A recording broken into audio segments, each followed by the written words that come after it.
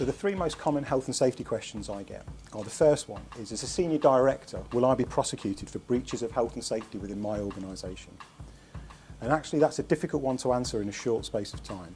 But the truth is that if a director is managing that business risk correctly from the top level, applying correct resources, checking their managers and the people accountable for those risks are doing their jobs properly, there should never be a prosecution.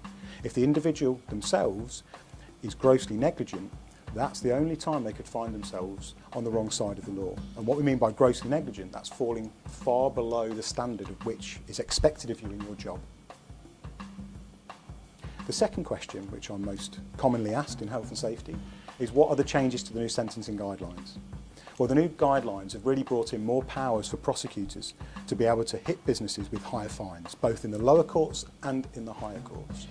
This allows the prosecution to take into account revenue and profits of an organisation and make sure they do pay for any risk that they've created.